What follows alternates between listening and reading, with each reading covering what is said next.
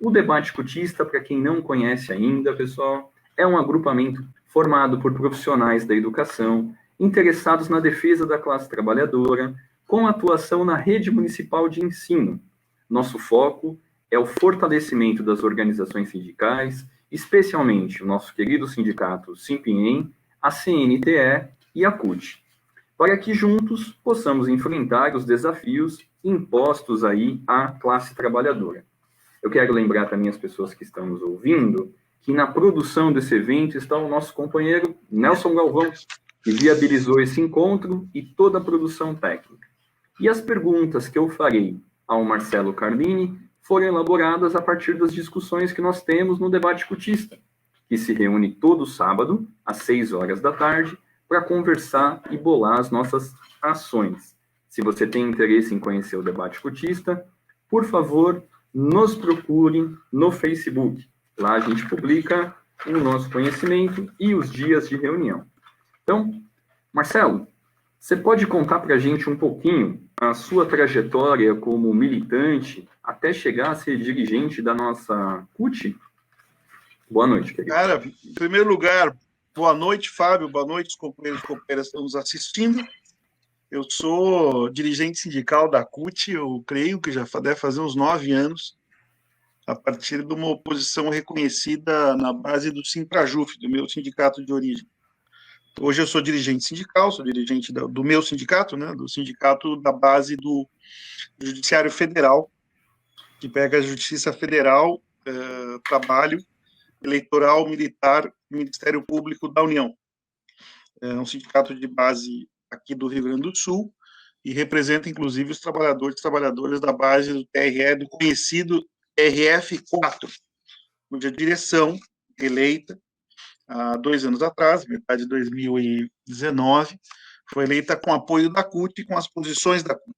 Portanto, representa uma parcela significativa dos trabalhadores que entendem o lugar do judiciário e a responsabilidade dele no último período no país, que a gente sabe de trágica vivência nos tempos que nós estamos vivendo hoje, né? Então, essa é a minha trajetória. Acompanho também, via CUT, uma série de sindicatos, do setor privado e público, portanto, me permite ter uma visão mais geral da luta sindical dos trabalhadores e da responsabilidade enorme da CUT nesse período. Tão duro como a gente está vivendo agora, né? Então, a primeira pergunta, Marcelo, para iniciar esse debate é o seguinte, ó. Em novembro de 2019, o Bolsonaro aprovou uma reforma da Previdência que deixou milhões de pessoas sem direito à aposentadoria. A gente viu isso agora. Desde o golpe de 2016, várias reformas trabalhistas com o Temer e depois com o Bolsonaro desempregaram milhões de trabalhadores e jogaram outros milhões na total precarização. Agora, este governo facínora propõe uma reforma administrativa. Marcelo, sobre o que se trata essa reforma administrativa proposta ali na PEC 32/2020? Você pode responder para a gente, por favor? Fábio, eu acho que é bom o encadeamento que você faz, porque a reforma administrativa está ligada a uma série, não de reformas, mas principalmente ataques aos direitos dos trabalhadores. Então, quando a gente faz uma reforma é para melhorar as coisas, né? Isso é uma reforma. Mas o que a gente está vendo é um processo de destruição. Assim como foi a reforma, mal chamada reforma da Previdência, que nós enfrentamos, assim como enfrentamos a reforma da Previdência feita no próprio governo do Lula, né? E da reforma da Previdência que o governo Dilma apresentou. Nós enfrentamos, que é a tal, os fundos de pensão, aquele negócio todo, né? Não é a mesma coisa, é verdade, mas é um tipo de ataque que a CUT condenou, né? Então, o encadeamento que você faz é importante porque ajuda a dar um quadro geral de qual é o efeito dela, qual é o objetivo dela. Eu não quero começar pelo óbvio aqui, quer dizer que a reforma administrativa é um ataque contra o serviço público. Isso todo mundo, de certa maneira, essa missa todo mundo conhece.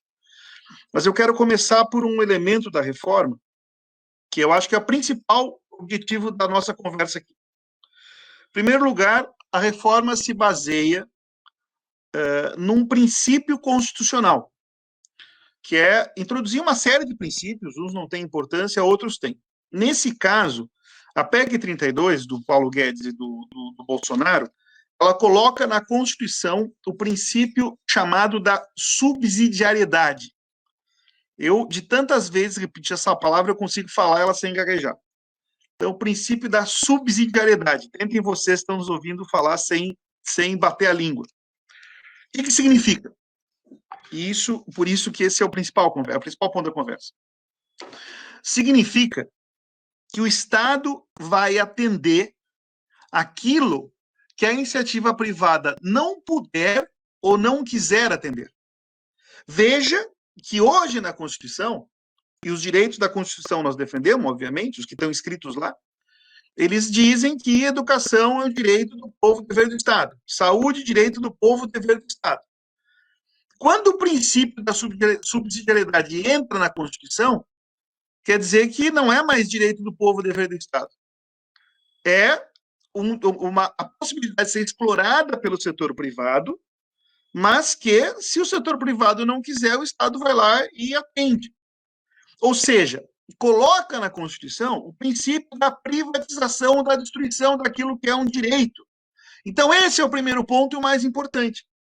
Por isso que a PEC 32 não é uma reforma, ela é uma mudança radical daquilo que a gente entende que é direito da população e passa a ser, antes de mais nada, como princípio constitucional, um processo de criação de mercado, de lucro, seja lucro em cima da doença da população, seja em cima de negócios vinculados à educação, que em momentos de pandemia e ensino híbrido, vira um filão que não era anos atrás.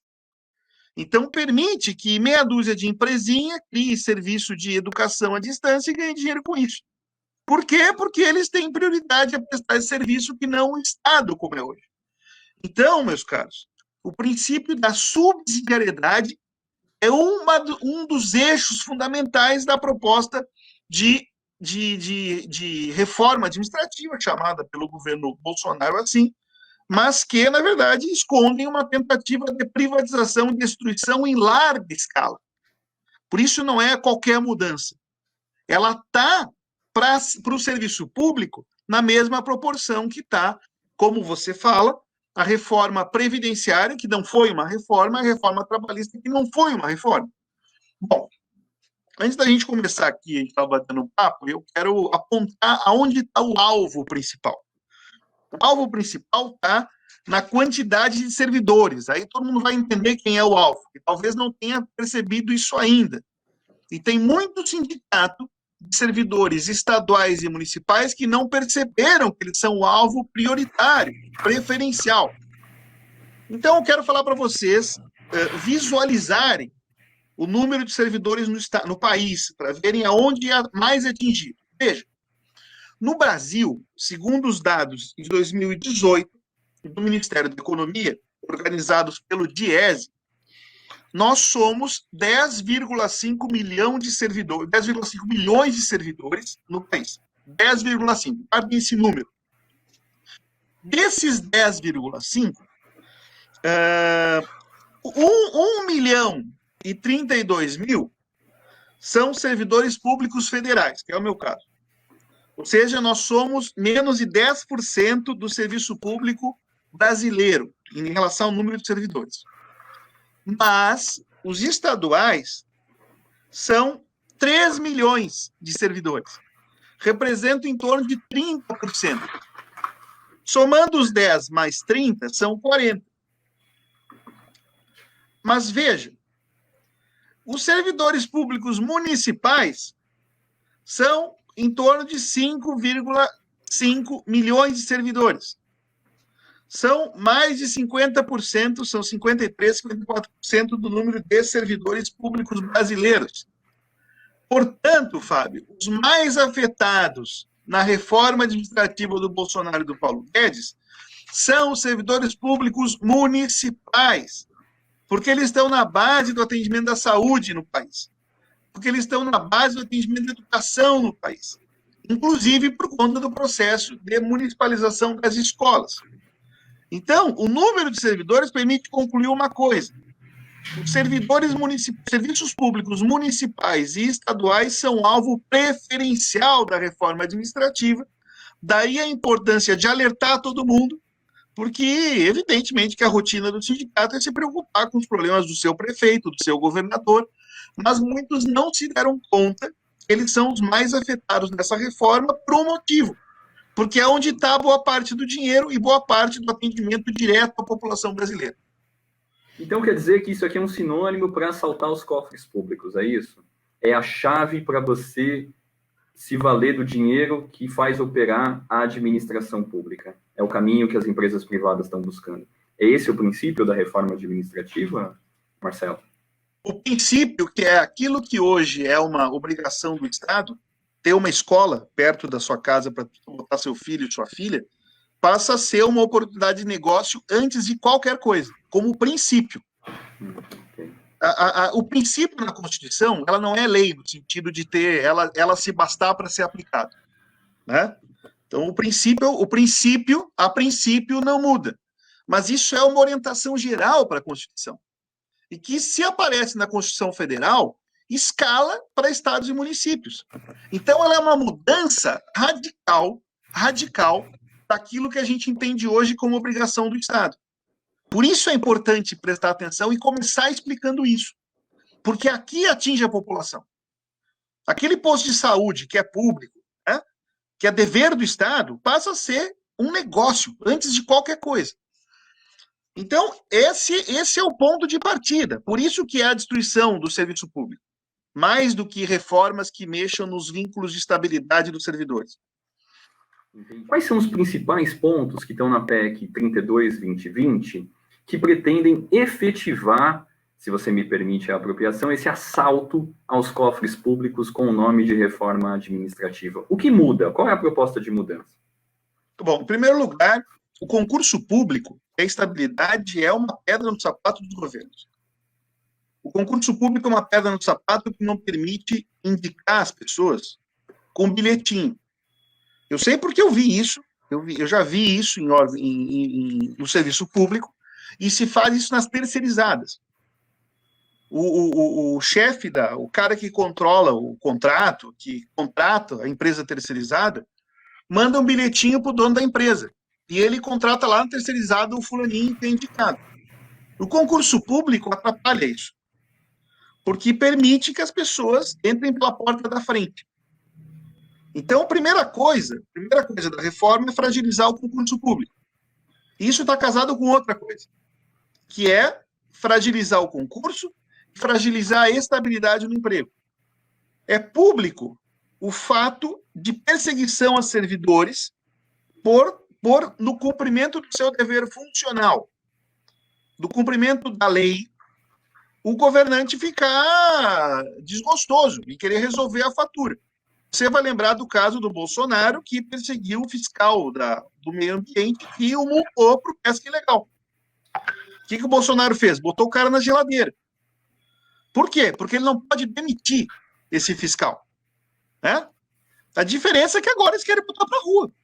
Não porque descumpriu a lei, porque cometeu ilícito, mas quer demitir pelo cometimento de ilícito, pelo cumprimento do seu dever. Portanto, a estabilidade não é uma conquista dos servidores públicos. A estabilidade é uma conquista da população, de maneira geral, que permite que o servidor cumpra o seu papel sem depender de pressão política de A, B ou C do governo que está de plantão. Essa é a importância. Mas como o governo faz isso na PEC? Em primeiro lugar, a PEC ela tem alvo. Eu quero retomar isso. Ela tem alvo. Veja, o alvo é quem está nos ouvindo aqui, possivelmente. Por quê? Porque a PEC mantém estabilidade, é verdade, mas não é para todo mundo. O professor de escola, que está ali, né, ameaçado pela Covid, que é obrigado a voltar sem testagem, sem condição de trabalho, esse vai perder estabilidade. Agora, o magistrado, as altas cúpulas do Estado, essas vão manter. E não é por acaso que são os maiores salários. Então, portanto, o ataque é aos pequenos, mais uma vez. Qual é a mudança, Fábio? Quais são os pontos? A proposta de reforma administrativa que está tramitando no Congresso Nacional, que está no âmbito da CCJ hoje, que está fazendo uma série de audiências públicas para debater, ela cria novos vínculos com a administração. Hoje, como é que é? Hoje você faz concurso, passou no concurso, passa um período de um estágio probatório e depois é efetivado. É efetivado no caso. Assim funciona hoje. Na reforma administrativa, não. Ela cria novos vínculos com a administração. Quais são esses vínculos, portanto? Primeiro, ela valoriza o chamado cargo típico de Estado. Esse cargo típico de Estado vai ter direito à estabilidade depois de 3 anos. E vai ter uma lei complementar que vai discutir quais são as atividades e categorias são cargos típicos de Estado. De antemão, professor não vai ser cargo típico de Estado, né? Funcionário da justiça lá, que fica escrevendo sentença, digitando, blá, blá, blá, blá, blá, os servidores, de maneira geral, não vão ser cargos típicos de Estado. Esses não vão ser. Trabalhador da saúde não vai ser cargo típico de Estado. Os trabalhadores que atendem na ponta a população não vão ser cargos típicos de Estado. Portanto, vão ser a maioria que vão perder o direito de estabilidade. Bom, esses cargos típicos de Estado não poderão ser dispensados após atingir estabilidade, salvo sentença judicial. Esse vai ser admitido para o concurso público e esse vai ser vinculado ao regime geral de previdência. Ou seja, uma parte não mexe. Uma parte não mexe. Bom, os outros servidores, os outros vínculos, quais são? São 5, tá? Para vínculo para o prazo indeterminado. Esse não vai ter estabilidade, porque pode ser dispensado conforme a necessidade da administração pública. Um dos debates, Fábio, na CCJ, uma das críticas dos defensores da PEC é a seguinte, e não pode ser mais cristalina. Como é que nós não podemos demitir servidor em caso de crise? Ou seja, na cabeça deles, a pandemia é o motivo para botar na rua servidor. Não pode ser mais evidente o que eles querem. Esse é o chamado vínculo para o prazo indeterminado. Aqui vai entrar professor. Não vai ser carreira típica de Estado. Bom, esse cara não tem estabilidade para ser dispensado conforme a necessidade da administração. Esse até pode ser admitido para o concurso público, viu? Mas é concurso sem estabilidade. E deverão ocupar cargos administrativos. E será vinculado também ao regime geral. Também vai ser regime geral. Vínculo de experiência. Terceiro tipo de vínculo. Vai ser parte de processo seletivo do concurso público para cargo típico de Estado com duração de 2 anos. Atenção àqueles que estudavam para ser fiscal da Receita, fiscal tributário, esses cargos, né? Que tem esse tipo de tarefa. Ele não entra e não vai ter estabilidade. Não, ele fica num período de experiência. E ele só vai ser efetivado depois de 2 anos. Agora, imagina você ter um servidor que faz esse tipo de tarefa e que a efetivação dele depende de outra coisa que não seja só a prova que ele fez, o que ele provou que sabia. Ele vai ficar sob pressão do chefia imediata. Então, é um elemento que afeta todos os servidores, inclusive os atuais. Depois a gente vai retomar esse assunto especificamente. Vínculo para o prazo determinado. Terceiro, o quarto, a forma de vínculo. Esse também não vai ter estabilidade e também pode ser dispensado conforme a necessidade da administração. E vai ser admitido por seleção simplificada. Aqui o concurso já dançou. Concurso público, prova, aquele negócio todo que a gente estudou para entrar pela porta da frente, aqui ele já cambaleia as pernas. Esse é o quarto tipo. E o último, o CC, que a gente conhece, que vem do paraquedista, tem um outro nome bem mais pomposo, que é cargo de liderança e assessoramento. Esse não vai ter estabilidade, pode ser demitido conforme a necessidade da administração e vai ser admitido por seleção simplificada para ocupar cargos na natureza política e de comissão. Aqui é o CC, aqui é a CCzada mesmo. Então, são esses 5 vínculos que são criados, que têm um objetivo, que é fragilizar a relação do servidor com o Estado. Aí, Fábio, tem um exemplo que eu acho que é excelente para explicar o que eles querem fazer, que foi dado na última sessão da CCJ. Eu vou te dizer, eu confesso que eu não lembro quem foi a pessoa, senão eu diria aqui sem problema nenhum. Qual é o exemplo que ele usa? Ele usa o exemplo de uma greve, dos gestores de tráfego aéreo nos Estados Unidos, que pararam para uma luta salarial, se eu não me engano, e o presidente era o Ronald Reagan. Os mais velhos vão lembrar disso. E fizeram uma baita greve e tal, né? E qual foi a solução do Reagan nesse período aí? Para desmontar a greve, eles demitiram todos os controladores de voo, todos, e colocaram militares no lugar. E ele usa isso como exemplo. Então, a luta dos professores, e não foi em vários estados, no meu estado eu acompanhei diretamente, que batalharam para defender a escola pública, fizeram greves memoráveis para permitir que hoje exista escola pública. A solução na reforma administrativa está dada, é botar na rua. Por isso eles usam como exemplo. Então, a fragilidade do vínculo de relação com o Estado, ela visa 2 objetivos. Fragilizar o concurso público, que cria vínculo com seleção simplificada, aí pode ser o bilhetinho, né? Uhum. E segundo, acaba com a estabilidade para a grande maioria dos servidores. Grande maioria, saúde e educação. E setores administrativos que toda prefeitura e estado tem que ter, obviamente, né? Mas o grosso dos servidores está nesses serviços básicos. Veja que aqui as coisas se casam. De um lado, a subsidiariedade, o repasse do serviço público para virar esquema empresarial, e do outro, o ataque ao concurso e à estabilidade do emprego. Aqui as coisas se ligam, porque mostram qual é o objetivo. É transformar aquilo que é direito da população em negócio.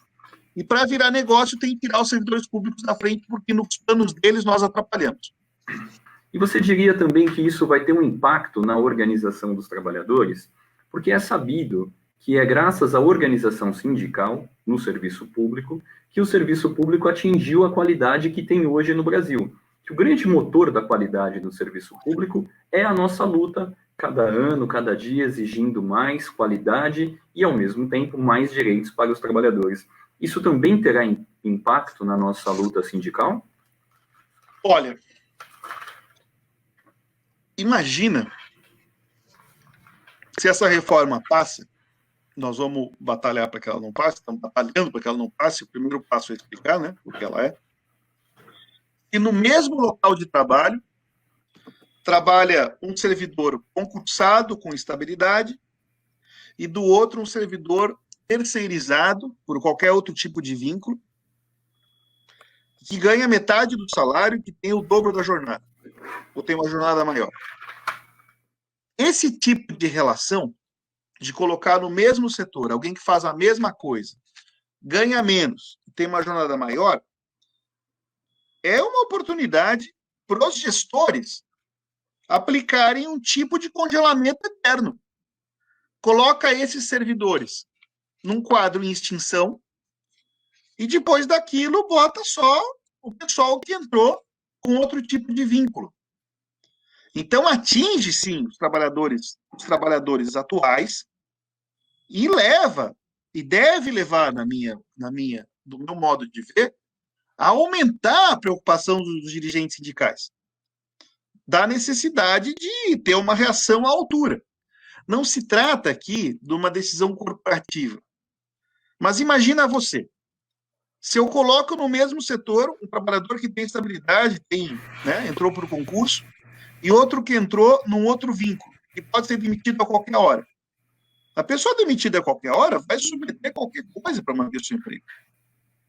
Esse é o drama dessa reforma dentro do local do trabalho.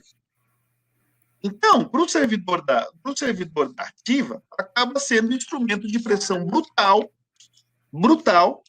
e fragilização da própria estrutura sindical. Então, sim, tem um efeito devastador. É por isso que eles acham que é importante essa reforma. Nisso, o sentido de ser uma reforma para passar a boiada é a boiada. É a boiada no caso do serviço público. Esse é o tamanho do problema. Ainda sobre o serviço público, Fábio, eu acho que é importante situar também, porque essa reforma ela é cercada de uma propaganda de mentiras brutal sobre nós. Uma campanha de mentiras organizada, não é desorganização da imprensa. Uma das coisas que é feita sobre nós é uma máquina de reprodução de coisas do tipo, o problema é que tem muito servidor, o Estado está inchado, tem muita gente. Olha, se tem uma coisa que a situação provou, é que nós temos servidor de menos. De menos. É por esse motivo que as pessoas batem com a cara no posto de saúde e não conseguem atendimento. É por esse motivo. E a título de comparação, eu acho que é um dado que ajuda a refletir sobre o que está acontecendo. O número de servidores brasileiros está baixo, como média em relação a vários países. Nós temos no Brasil, para cada 100 trabalhadores, 12,45% são servidores públicos. É um número baixo. Se for comparar com os Estados Unidos, se for comparar com a Alemanha, com a França, com a Dinamarca, com países que nós almejamos que são mais, um atendimento melhor que o nosso. Só que eles não se conformam com isso, tem que diminuir o número de servidores. Por quê? Porque atinge a população e abre um mercado. Então, sim, acaba atingindo diretamente os servidores e o próprio trabalho sindical. Bem observado, Marcelo. A gente não precisa de menos serviço público, mas sim mais serviço público. E a ausência do serviço público é que explica, em partes, a condição dos nossos companheiros nas filas dos hospitais, na ausência da escola. Bem observado. Você mencionou a palavra congelamento e eu me lembrei aqui de uma situação que nós vivemos o ano passado. O ano passado foi aprovado no Congresso a Lei Complementar 173/2020, a tal da Lei do Congelamento. Para explicar melhor essa lei, para lembrar melhor do que foi essa lei, tem a frase do Guedes, né? Eu vou colocar uma bomba no bolso do servidor. Uma granada no bolso dos servidores públicos. E colocou mesmo. Aqui em São Paulo, rodou uma história de que a lei do congelamento, que congelou os nossos salários até dia 31 de dezembro de 2021, incluindo dos colegas que agora estamos assistindo na Prefeitura de São Paulo, rodou a lenda de que atingiria apenas aos servidores federais. Depois, no correr da história, nem precisou de uma discussão jurídica aprofundada, que todos os municípios do Brasil e todos os estados aplicaram essa lei da maneira que bem entendia. E eu transmito essa pergunta para você agora. Essa reforma administrativa que está tramitando na PEC, via PEC, ela atinge somente aos servidores federais? Quero dar um dado aqui para os companheiros que estão nos assistindo, para vislumbrar, em primeiro lugar, o número de servidores, que eu falei, em segundo lugar, a composição salarial, para a gente vislumbrar quanto ganha o servidor. Estudo feito pelo Diese aponta o seguinte: 53% dos vínculos em todas as esferas, federal, estadual e municipal, são remunerados em até 4 salários mínimos. 4 salários mínimos. Mais da metade ganha até 4 salários mínimos. Então, em primeiro lugar, o serviço público, de maneira geral, está longe de ser um lugar que as pessoas enriquecem. E os professores vão concordar comigo, e os trabalhadores da saúde também vão concordar comigo, porque a maioria está nessa situação. Bom, olhando para dentro dos números, 3,2% recebem acima de 20 salários mínimos.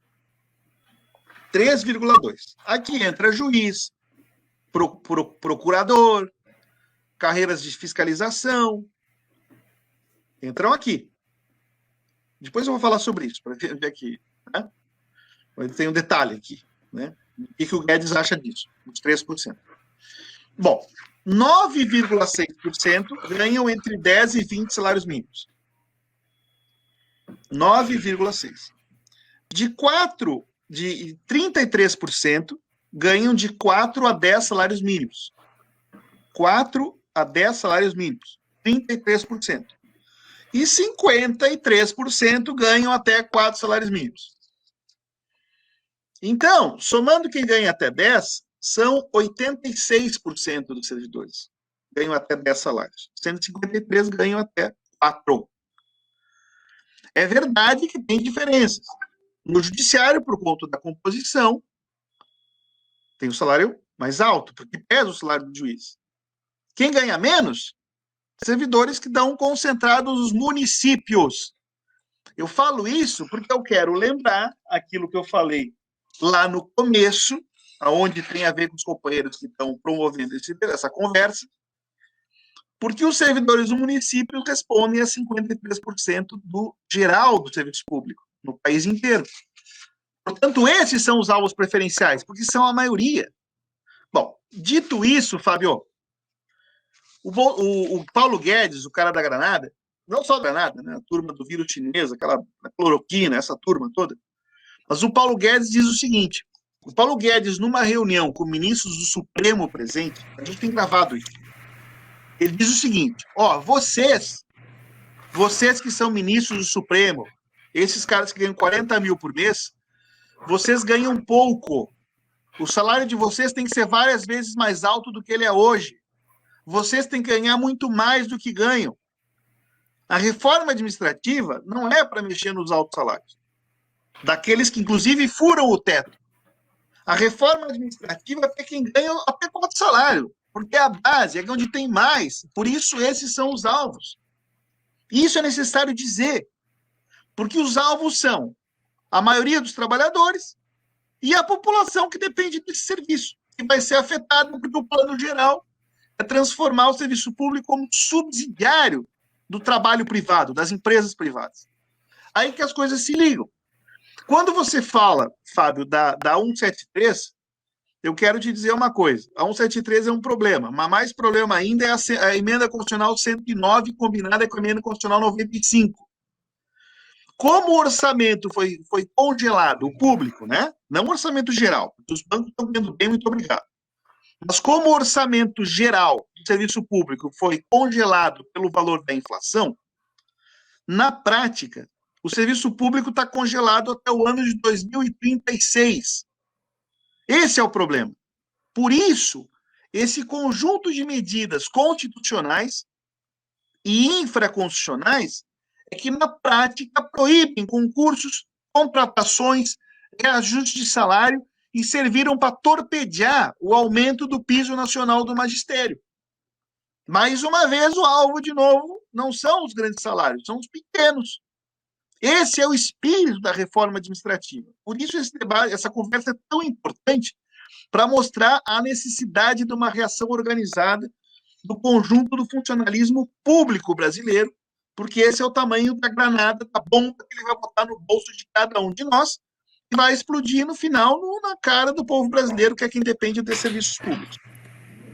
Bem observado, Marcelo Carlini. Então, é mais uma estratégia de marketing, você vira público, vira mídia, dizer que a lei, por exemplo, complementar 173 só atinge aos servidores federais, e logo, porque aí você não mobiliza todos os servidores públicos do Brasil, e assim que a lei é aprovada, ela atinge a todos. E, mais uma vez, a reforma administrativa vem nessa direção. Cria-se o mito de que só vai atingir os servidores públicos federais, ou tem o interesse de corrigir distorções, como você mencionou agora, dos 3,2% que ganham acima de 20 salários mínimos, não é verdade? Mas, na verdade, não é esse o objetivo. O objetivo é atingir 50% dos servidores públicos, 5,5 milhões de pessoas, e precarizar e reduzir ainda mais os seus salários, né? É esse o objetivo. Deixa eu te falar sobre a PEC, sobre a emenda constitucional 109. Porque aí pega estadual, pega todo mundo. O que ela dizia? Ela dizia o seguinte, olha só. Ele estabelecia gatilhos que determinado valor entre arrecadação e gasto, e esses gatilhos poderiam ser disparados. Quais são os gatilhos? Congelamento de salário, suspensão de promoção, suspensão de concurso, de nomeação. Esses gatilhos poderiam ser disparados. Isso já está aprovado. Era a antiga PEC 186, do chamado Plano Mais Brasil. Isso é pré-pandemia, isso é antes da pandemia. Isso pega... Quando a PEC foi apresentada, a gente pediu um estudo para o Diese sobre o assunto, e já naquele momento, 16 estados já poderiam usar a emenda constitucional 109 para ativar os gatilhos. Porque a ativação dos gatilhos seria condição para os estados e municípios renegociarem dívidas. Então, sim, por isso que pega todo mundo. A partir desse arcabouço constitucional. Esse é o tamanho da bomba que esse governo colocou, que foi acelerado pelo golpe de 2016. Isso tudo está engendrado naquilo que eles armaram contra o conjunto da população, por isso a ligação com as outras reformas. Ótimo. Marcelo, vou transmitir a você uma pergunta que foi feita pelo companheiro Yuri. Vai ser ótimo para a gente esclarecer alguns pontos. A reforma administrativa, de algum jeito, afeta os trabalhadores seletistas, e aqui em São Paulo a gente chama de PJinhas. Os PJs, de alguma forma, tem alguma coisa prevista para esses regimes de trabalho? Olha, nas principais, eu vou dar um exemplo. No caso, no caso dos seletistas, o próprio âmbito de discussão jurídico é diferente. Os seletistas eles têm outro tipo de normatização funcional, né? Então não pega, alguns seletistas têm uma estabilidade relativa. Então não pega da mesma maneira que pega o conjunto de servidores estatutários, mas acaba pegando de maneira lateral, né? Porque se a lógica, veja bem, por isso que é relativo, mas chega lá, eu quero chegar lá. Se a lógica é transformar o Estado como subsidiário no serviço público, aquele servidor PJ, ele deve ter uma relação com o Estado diretamente, né? Mas essa lógica leva a relação ser substituída do Estado para um tipo de relação direta com uma organização social, por exemplo. Então acaba pegando de maneira lateral, mas também pega. Porque como a regra é acabar com o vínculo com o Estado, a partir do princípio constitucional, esse cara passa a ser um problema, e melhor se não for um problema do Estado, seja de uma empresa. Então, obviamente, não é a mesma coisa, no sentido de atacar a estabilidade, porque ele já não tem, mas pega de maneira lateral. Explicação que eu daria, assim, para ajudar a entender como é que as coisas se encaixam, que é o principal aqui, minha opinião. Perfeito, Marcelo. E pensando ainda nesse quesito, a quem atinge, a quem não atinge, né? Há eu diria, um mito na classe trabalhadora, que foi até colocado pela burguesia, que é um mito do direito adquirido, né? Tem lá o artigo 5º da Constituição, o inciso que eu não lembro, que diz que não se afetará aquele direito que foi adquirido. Contudo, na reforma administrativa e na reforma previdenciária, eu acho que esqueceram do princípio do direito adquirido para a classe trabalhadora. Então, vou fazer a pergunta que acho que todo mundo faz.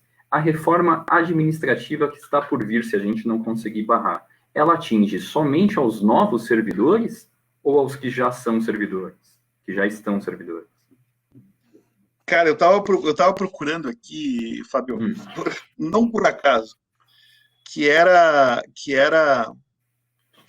um trecho. O meu sindicato está fazendo um vídeo pegando trechos das audiências. E uma das perguntas é o direito adquirido. A resposta do defensor da reforma é o seguinte: não, a reforma administrativa não mexe em direitos adquiridos. Mas, por outro lado, vocês também não têm direitos adquiridos. Que ótimo.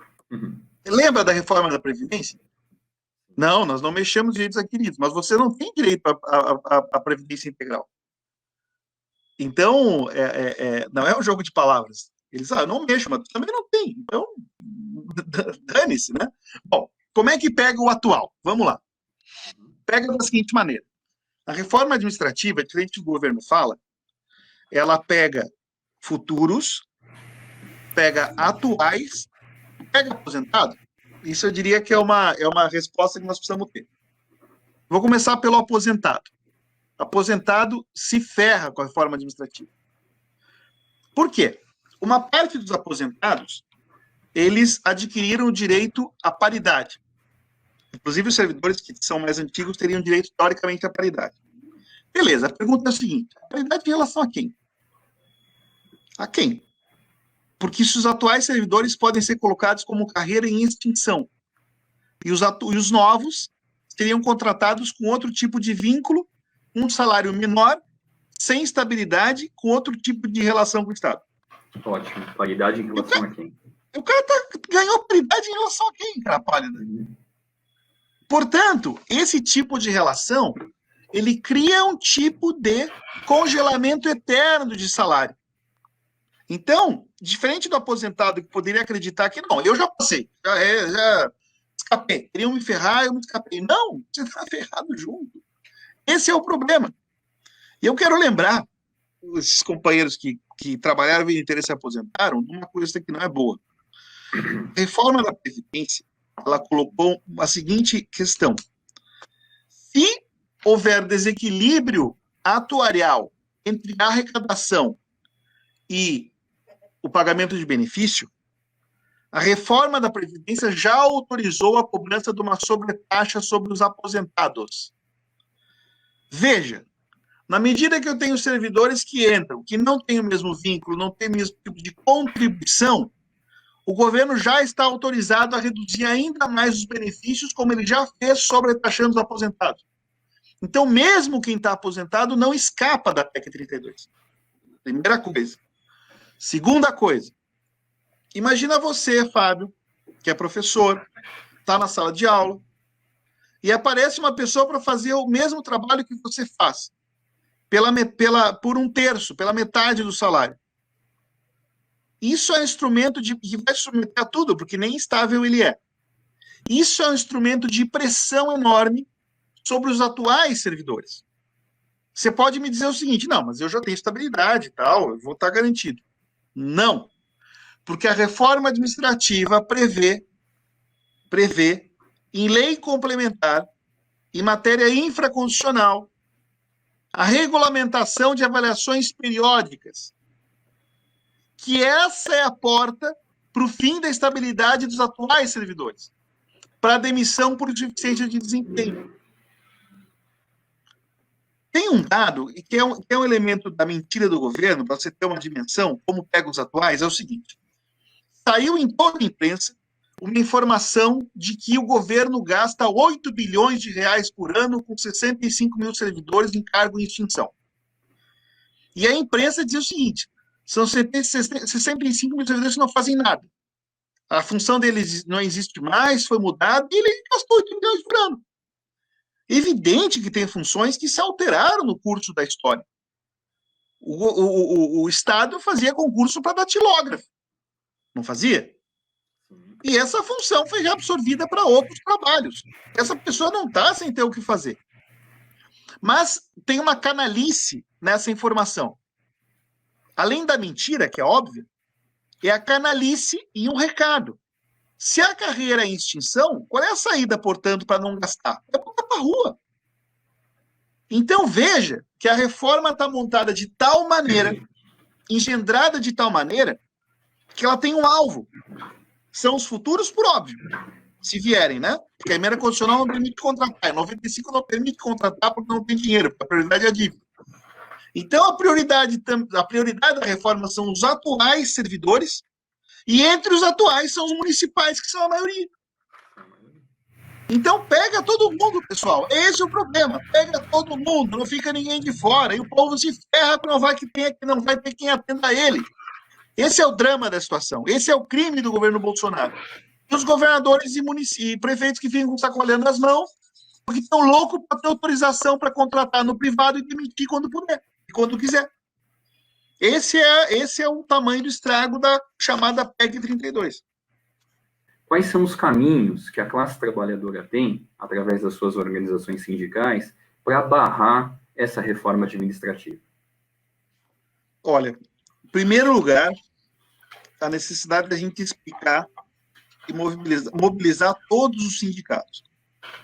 Eu acho que tem um atraso, acho não, existe um atraso no movimento sindical, particularmente entre os colegas do serviço público municipal e estadual, de se apropriarem do tamanho do problema. Porque às vezes a mentira se repete, ela pega, né? Pega. Ah, não, isso não vai nos atingir. Isso aí é só para federal. Isso aí é só para quem vai entrar depois. Então, primeira coisa é o combate em desmentir a história que o governo lança, que as pessoas às vezes engolem. Em primeiro lugar é isso. Então, essa conversa é importante. É importante todo o sindicato fazer. Alertar. Eu vou te dar um exemplo, Fábio. Quantos sindicatos municipais se apropriaram do tamanho do problema na Emenda Constitucional 109, da PEC 86, chamada PEC 86. Quanto discutiram isso? Eu vou dar um exemplo. Tem sindicato que eu conheço, que eu, né, por conta de estar na CUT, eu consigo ver mais geral. Eu conto nos dedos sindicatos que alertaram para o problema. E agora estão tudo lascados. E uns não se deram conta ainda que se lascaram nesse negócio. É responsabilidade da direção? Também é. A CUT tem que ajudar? Tem que ajudar. Também é responsabilidade da CUT. Eu, praticamente, faço um combate para botar os companheiros a verem o tamanho do problema. É que nem a reforma da Previdência.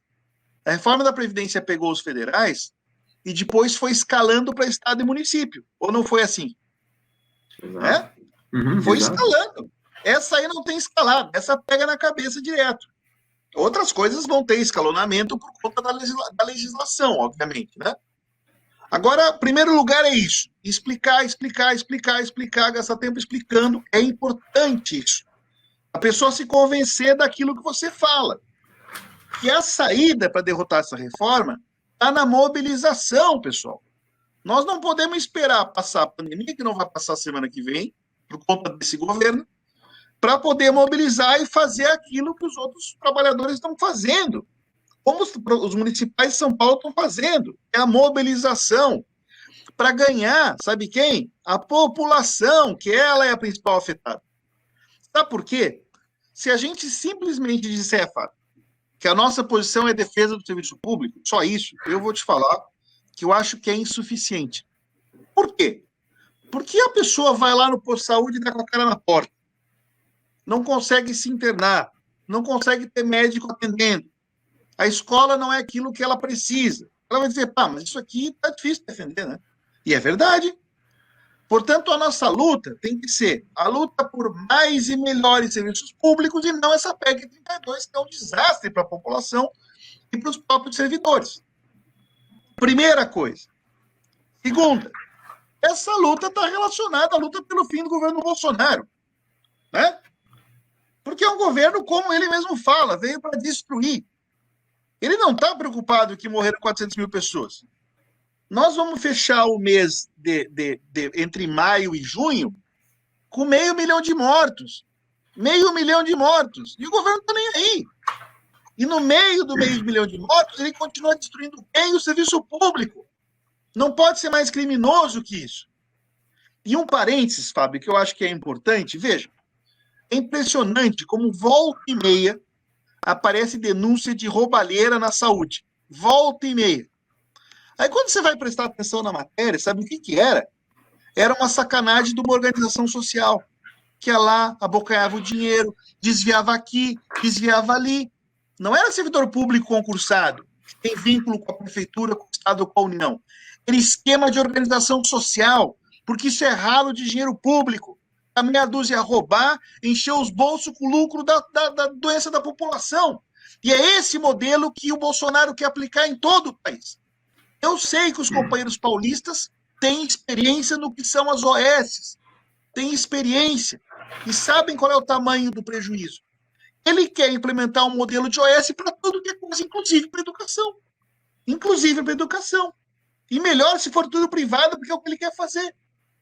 Por isso que cada sindicato tem que fazer essa discussão, é necessário.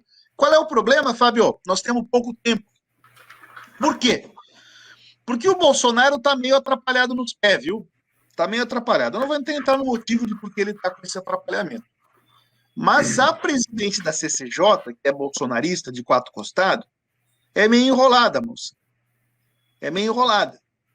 E o Lira, que é o presidente da Câmara, está fazendo pressão para acelerar esse projeto, para votar na CCJ o quanto antes o parecer e meter no plenário e tocar a goela abaixo. Por quê? Porque o Bolsonaro, talvez com uma consciência melhor do que muitos de nós, seja o Bolsonaro, ele olha para o lado.